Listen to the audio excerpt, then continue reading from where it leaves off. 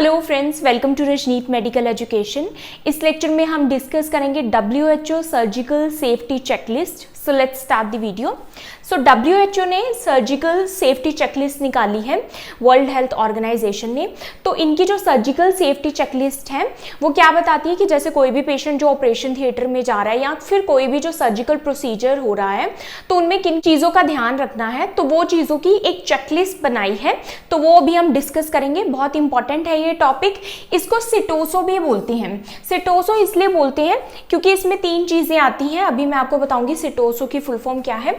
Then इसको safe surgery, safe lives, मतलब कि अगर सेफ सर्जरी होगी तभी जो पर्सन की लाइफ है वो सेफ होगी, राइट।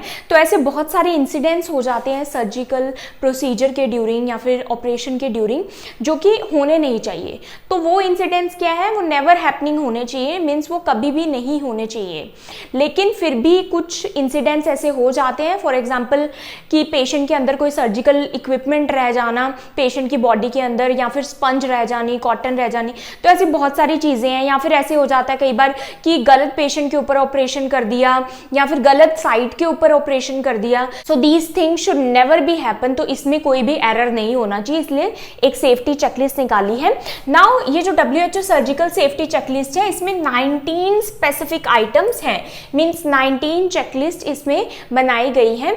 तो ये एक इंपॉर्टेंट क्वेश्चन भी है, एम्स में भी आया हुआ है कि कितने जो सिटोसो है उसमें कितने इवेंट्स हैं, तो वो कितने हैं, 19 स्पेसिफिक आइटम्स हैं उसमें। Enhance safety during surgical procedure क्यों बनाई गई है, टू इनहैंस सेफ्टी जो भी सर्जिकल प्रोसीजर है वो सेफ हो। These items are divided into 3 phases. अब 3 फेसेस में डिवाइड किया गया है, दैट इज सिटोसो। SI for sign in, TO for time out and SO for sign out. तो सबसे पहले हम साइन इन देखते हैं। साइन इन का मतलब है कि बिफोर इंडक्शन ऑफ एनेस्थीसिया, कि अभी एनेस्थीसिया पेशेंट को नहीं लगाया, उससे पहले हमने क्या क्या चेकलिस्ट परफॉर्म करनी है, that is sign in.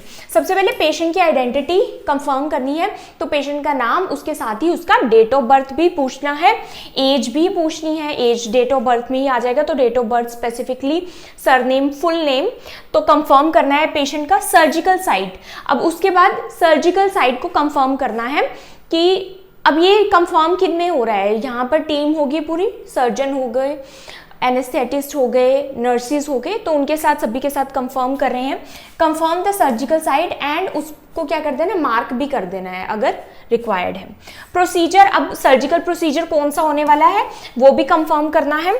4th आता है कंसेंट, कंफर्म करना है कि पेशेंट ने इस प्रोसीजर के लिए कंसेंट किया है कि नहीं, क्योंकि अगर एनेस्थीसिया के बाद कंफर्म करेंगे तो कोई उसका फायदा नहीं है। एनेस्थीसिया से पहले ही पेशेंट से कंफर्म कर लेना है कि ये वाला प्रोसीजर आपके ऊपर होने जा रहा है, क्या आपने इसके लिए कंसेंट किया है। उसके बाद आता है anaesthesia safety check. Anaesthesia safety check में क्या आता है कि हम एनेस्थीसिया मशीन देखते हैं कि वो सेफ है, चेक कर लिया उसको, वो अच्छे से वर्क कर रही है कि नहीं।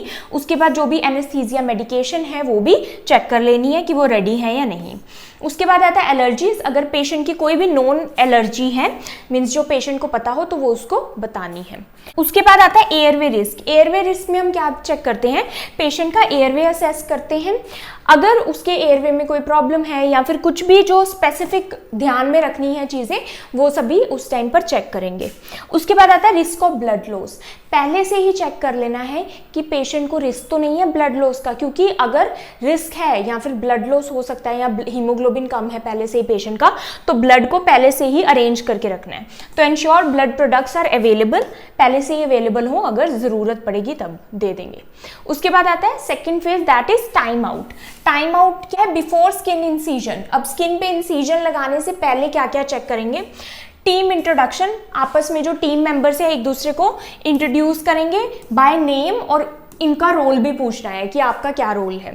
Then patient identity and procedure confirmation, दोबारा से पेशेंट की आइडेंटिटी को कंफर्म किया जाएगा एंड उसके बाद प्रोसीजर भी कंफर्म किया जाएगा, सर्जिकल साइट दोबारा से कंफर्म की जाएगी। उसके बाद क्रिटिकल इवेंट्स, अगर कोई क्रिटिकल इवेंट्स हैं जो कि क्रिटिकल चीज़ें हैं पेशेंट से रिलेटेड, वो अब रिव्यू करनी है। Review critical steps and potential challenges in the surgery. कोई भी अगर सर्जरी में कोई ऐसा चैलेंज है जो कि क्रिटिकल है, इंपॉर्टेंट है टू डिस्कस, वो यहाँ पर डिस्कस करेंगे। जैसे कि सर्जन के लिए, to surgeon what are the critical और नॉन रूटीन स्टेप्स, मतलब जो रूटीन में परफॉर्म कंफर्म नहीं होते, लेकिन कुछ अलग है और क्रिटिकल स्टेप है वो डिस्कस करना है। How long will the case take, ये जो पेशेंट है ऑपरेशन में कितना टाइम लगेगा, केस को कितना टाइम लगेगा। What is the anticipated blood loss, कितना ब्लड लॉस का रिस्क है। अब एनेस्थेटिक्स के साथ क्या डिस्कस हो सकता है कि are there any patient specific concern, कि कोई पेशेंट से स्पेसिफिक कोई कंसर्न है एनेस्थीसिया रिलेटेड। उसके बाद नर्सिंग टीम से क्या कंफर्म हो सकता है, हैज स्टेरिलिटी बीन कंफर्म्ड, कि स्टेराइल है सारी चीजें, इक्विपमेंट स्टेराइल है, फील्ड स्टेराइल है, सब कंफर्म करना है। Are there any equipment issues और कंसर्न, अगर कोई इक्विपमेंट में कोई इशू है या कंसर्न है तो नर्सिंग टीम से यहाँ पर कंफर्म कर लेना है। उसके बाद 12 पॉइंट आता है एंटीबायोटिक प्रोफाइलैक्सिस। सो सम सर्जिकल प्रोसीजर्स में हम एंटीबायोटिक पहले से ही देते हैं फॉर प्रोफाइलैक्सिस, तो वो भी कंफर्म कर लेनी है।